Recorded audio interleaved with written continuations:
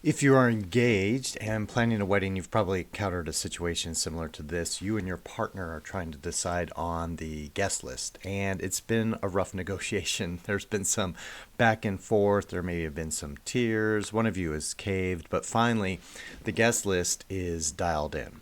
And then 4 days later, you find yourself arguing about something completely different regarding the wedding. And then 4 days after that, you're arguing about something else regarding the wedding. And you start to have these thoughts about, is this what everyone who plans a wedding goes through? Or worse, you start having thoughts about, is this what being married to this person is going to be always and forever? So today, let's talk about that, and I'll give you the answer. Short version: yes, everyone who's ever planned a wedding has this same issue. And the second question is, maybe here's an opportunity for the two of you to figure out how to do this while planning the wedding so that that'll strengthen your marriage going forward. The key here is that internal feeling, that feeling as if something's not quite right, why is it that we're having the same argument over and over again? It feels like the same argument over and over again. And it is because you haven't applied the right solution. You're not seeing the problem for what it is. You're attempting to solve the wrong situation.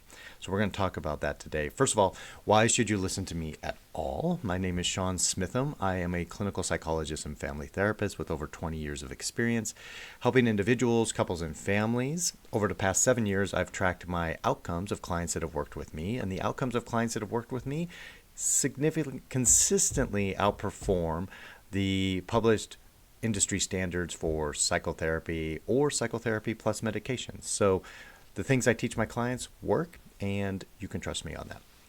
Here's what we're going to do. We're going to create a distinction today, because the reason this feels like it's the same argument over and over again is because you're not accurately identifying the situation. You see, there are 3 types of situations that couples will find themselves in routinely, and each situation has its tool that effectively helps you solve that situation.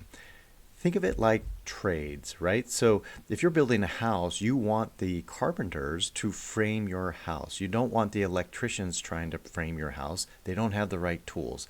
And if you're putting in plumbing, you don't want the carpenters to put in the plumbing. They don't have the right tools either. So each situation requires its own set of tools, the right tool for that situation. Let's talk about the 3 types of situations and the tools that go with those situations. The first situations that couples will routinely run into, not only planning the wedding, but throughout their lives together, are challenges. Now, you can recognize a challenge because challenges are time-bound. They are going to put a strain on us, but that strain is going to be solved by the passage of time. So a classic sort of challenge is whenever we have extended family come to visit us. That is going to put a strain on us. There's going to be multiple people in our household. It's going to disrupt our routines. It is going to be uncomfortable for a bit, but they're not going to stay forever. There's usually a set period of time that they're going to be staying. Maybe it's the weekend. So we just have to get through Sunday, and then we can say goodbye to them, and then we go back to our routine. So that is a challenge. Another challenge might be pregnancy.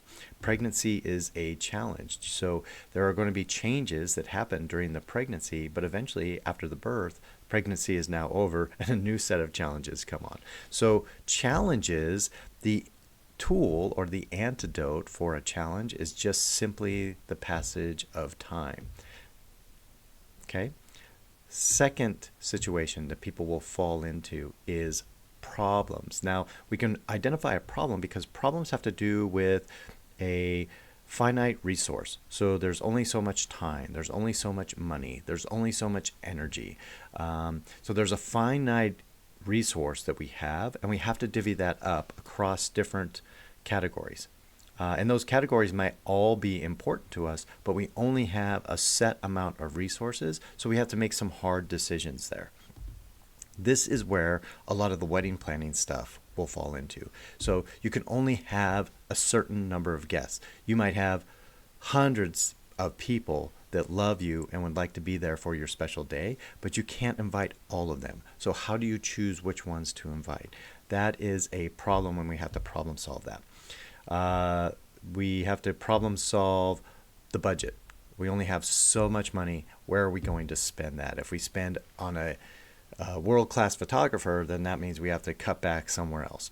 So problems involve a problem-solving discussion. Here's the problem. Here's the bigger problem. Everyone approaches everything as if it's a problem. So they start to try to problem solve challenges. That's not going to be helpful. Just the passage of time is going to help that. They start to problem solve this next class of situations. So the next class of situations is issues. Now, issues, by definition, are about individual differences, how I see the world, how I interact with the world, my personality features. So issues cannot be problem solved. If we try to problem solve an issue, it feels like a dismissal of who I am as a person. This becomes important because we tend to become attracted to, marry to people who are complementary to us. So if I'm somebody who's a saver financially, I'm going to be attracted to, most likely, someone who's more of a spender, someone who's a little bit looser with their money. Typically, in a relationship, there is a morning person and a night owl. Typically, in a relationship, there is an introvert and an extrovert. I mean, it's not always that way, but typically. And the situation we find ourselves in is we start to problem solve things that are actually issues. And when we try to problem solve things that are actually issues, it creates more conflict because it feels like one of you is being dismissed. It feels like one of you is not being heard. So the tool for issues is ongoing dialogue, having the same conversation over and over again without the goal of solving it, but with the goal of understanding, deeply understanding where the other person is coming from. So gentle curiosity and ongoing dialogue are the tools for an issue.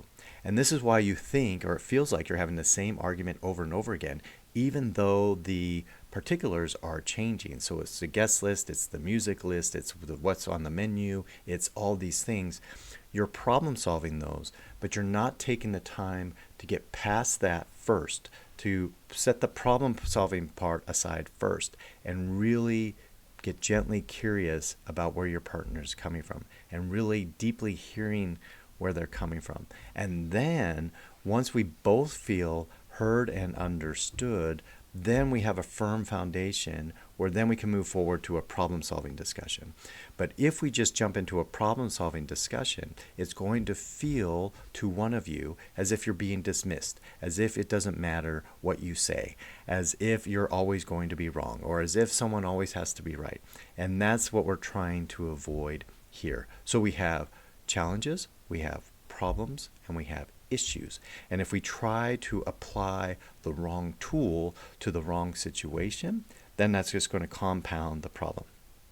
This is such an important issue that we spend most of the morning on the first day of our premarital intensive, our peaceable premarital intensive, talking about challenges, problems, issues, going through examples, getting really good at identifying, is this a challenge, is it a problem, is it an issue, and then having couples practice these different skills.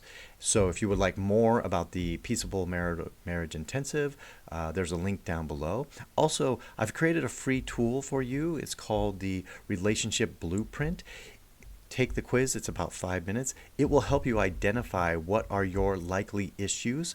And then if your partner takes it, you can sit down, have a conversation, and start to discuss some of these issues that are going to be part of the relationship going forward. Here's the thing to remember about issues. Issues, they're not problematic.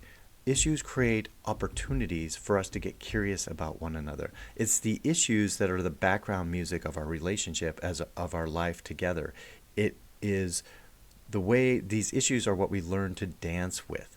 We're not going to solve them. We learn how to dance with them. These are the background music of our relationship, and they are not problems to be solved. So I hope this video helps you.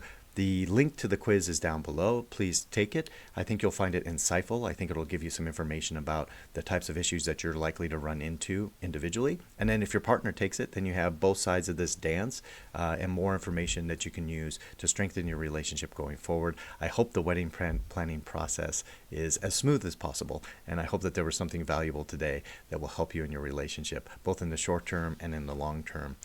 Congratulations again on being engaged. Much love.